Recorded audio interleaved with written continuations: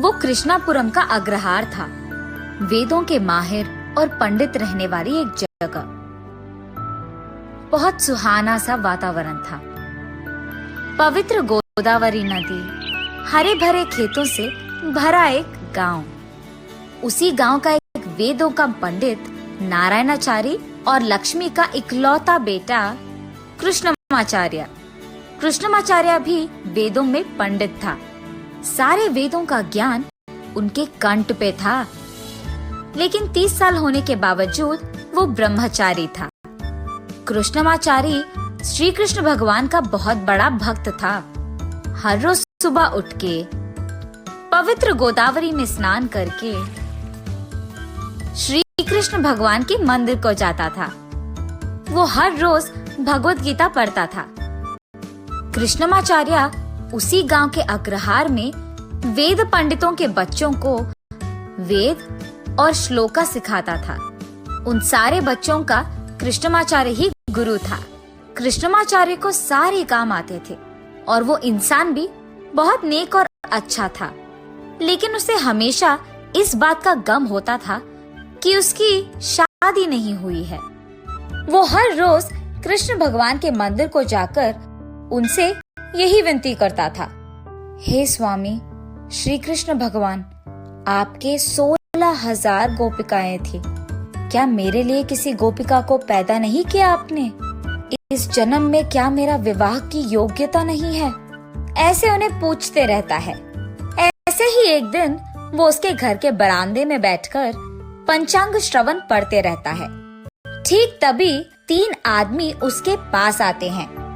आए हुए वो तीनों उनके अपने अपने नाम कहते हैं। साहब, मैं रंगाचारी, मैं रामाचारी, मैं कृष्णमाचारी। ये तीनों कृष्णमाचारी से ऐसे पूछते हैं, गुरुजी, आप हम तीनों को आपके शिष्य बना दो ना। ऐसे विनती करते हैं। हम भी वेद पढ़ना चाहते हैं गुरुजी। इस गांव के सारे लोग सिर्फ आप ही को कहते हैं वेदों का पंडित, इसीलिए हमको आप ही से सीखकर आपकी तरह बनना है। हम आपके सारे कामों में मदद भी करेंगे। ऐसे वो तीनों उस दिन से कृष्णमाचार्य के साथ ही वेद पाठशाला चलते रहते हैं। हमेशा कृष्णमाचार्य के पीछे ही रहते हुए उनके सारे कामों में मदद करते हैं। और क्योंकि ये तीनों थोड़े येड़े थे, कृष्णमाचार्य को इनके कारण सिर दर्द आता था। कुछ समय बाद कृष्णमाचार्य के माता पिता उसके लिए एक रिश्ता लाते हैं और 15 दिनों में उसकी शादी पक्की करते हैं। जब उसके शिष्यों को ये बात पता चलती है तो वो, गुरुजी, आपको हमें एक वचन देना होगा। आपके शादी से संबंधित हर काम हम तीनों ही करेंगे। ठीक है, ठीक है, सबसे पहले शामियाना डालो, ऐसे कहते हैं। तब वो तीनों खेत जाकर पेड़ों पे बंदरों की तरह चढ़कर नारियल पेड़ के पत्ते लेके आकर शामियाना की तरह सजाते हैं। शाबाश, शामियाना अच्छा लगा है। अच्छा, अब सुनो, ऐसे ही कल भी मंगनी के लिए हमें अंगूठा खरीदना होगा। तुम तीनों सीधा दुकान आ जाओ, ऐसे कृष्णमाचार्य उनसे कहते हैं। ठीक है गुरुजी। ये कहकर वो तीनों कल सुबह गुरुजी के साथ दुकान की ओर चल बसते हैं।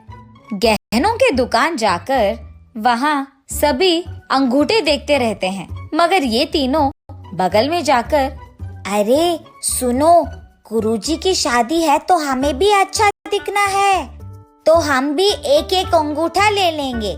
ये फैसला करके खुद के लिए एक एक अंगूठा ले लेते हैं। उसका बिल लिखवा के सीधा गुरुजी के पास ले जाकर, गुरुजी, हमारी शॉपिंग हो गई है, ये लीजिए हमारा बिल, आप बिल भर के आ जाइए। ये कहकर वो तीनों वहाँ से चले जाते हैं। उनकी इस काम से भले ही कृष्णमाचार्य को गुस्सा क्यों ना आए, वो कुछ नहीं कहते हैं, लेकिन घर पहुँचते ही उनपे बहुत गुस्सा करता है। छिछी, बेकार हो तुम लोग, अब से मैं तुम लोगों को कहीं लेकर नहीं जाऊंगा। ऐसे वो क्रोध में बात करके वहाँ से चले जाते हैं। उसके बाद एक दिन कृष्णमाचार्य अपनी शादी की कार्ड प्रिंटिंग करवाने के लिए इन तीनों को भेजता है। तब वो तीनों जी गुरुजी कहकर कार्ड छपवाने जाते हैं। उस कार्ड के आखिर में आमंत्रण करने वाले की जगह गुरु की शिष्यों करके लिखा होता है।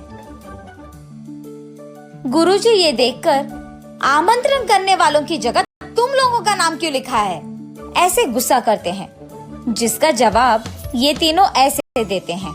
गुरुजी, आपके शादी के सारे काम हम ही कर रहे हैं ना। वैसे भी जब कोई वहाँ आए तो हम ही उनको लेने आएंगे, इसीलिए हमने हमारा नाम लिखवाया। हाय भगवान, तुम लोग कितने नासमझ हो। तुम लोगों को ये काम देने के लिए मुझे अपने आप को कोसना पड़ेगा। ये कहकर वो अंदर चले जाते हैं। अगले दिन कपड़े खरीदना था, इसीलिए इन तीनों को बिल्कुल ना आने के लिए कहता है गुरुजी। अरे गुरुजी तो ऐसे ही कहेंगे, कल हम अगर उनकी शादी में अच्छे नहीं दिखे तो कैसे, फिर वापस गुरुजी ही बुरा मानेंगे। वैसे भी हम ही तो सारी शादी की जिम्मेदारी ले रहे हैं। ऐसे वो अपने आप को समझाकर गांव में मौजूद कपड़ों के दुकान को जाकर तीनों रेशम कपड़े खरीदकर दुकानदार को, बाबू, हम इस गांव के वेद पंडित नारायणाचार्य के बेटे के शिष्य हैं। वो हमारे गुरुजी हैं। 2 दिन में उनकी शादी भी है, इसीलिए उन्होंने कहा कि हम यहाँ दुकान में कपड़े खरीद सकते हैं। पैसे वो खुद भर देंगे। हम अभी कपड़े ले जाएंगे, तुम शाम को उनसे पैसे ले लेना, ठीक है? ये कहकर वो वहाँ से चले जाते हैं। जब तक कृष्णमाचार्य शहर से वापस लौटता है, वो दुकानदार उसके घर के बाहर इंतजार करते हुए दिखता है।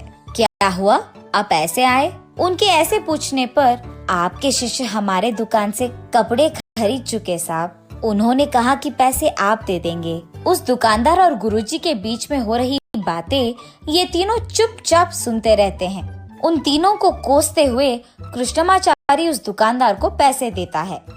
दुकानदार के घर से बाहर जाते ही गुरुजी आ गए, ऐसे कहते हुए वो तीनों बाहर आते हैं। यही पड़े हो तुम लोग, त्रिमूर्ति की तरह तीनों के तीनों ही हो। त्रिमूर्ति तो इस दुनिया को बचाता है, तुम लोग तो मेरा नुकसान कर रहे हो। ना समझ बेकार लोग हो तुम। जब से तुम आए हो मैं सब कुछ खो ही रहा हूँ। गुरुजी के कोसने के बावजूद वो तीनों हाँ ठीक है गुरुजी, ऐसे हंसते हुए बात करते हैं। उसके बाद ये तीनों गुरुजी की शादी नामक एक बड़ा सा फ्लेक्सी लगाते हैं गांव में। कृष्णमाचार्य का नाम भूलकर वो फ्लेक्सी में गुरुजी वेड्स गुरुजी की पत्नी लिखवाते हैं। ये देख गांव के सारे लोग हंस पड़ते हैं। कल सुबह मेरी शादी है, इन तीनों का मैं क्या करूं? ऐसे निराश होता है। आखिरकार शादी का दिन आ ही जाता है। वो तीनों अच्छे से तैयार होकर शादी में हल्ला मचाते हैं। आए हुए अतिथियों का आदर सत्कार करते हैं। शादी धूमधाम से होती है। शादी के बाद पत्नी के साथ घर आए हुए गुरुजी से ये तीनों दरवाजे पे उनको रोक के पूछते हैं, गुरुजी, वैसे आपने शादी क्यों किया? ऐसे पूछते हैं।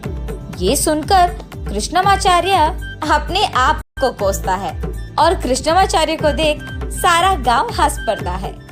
शुभ।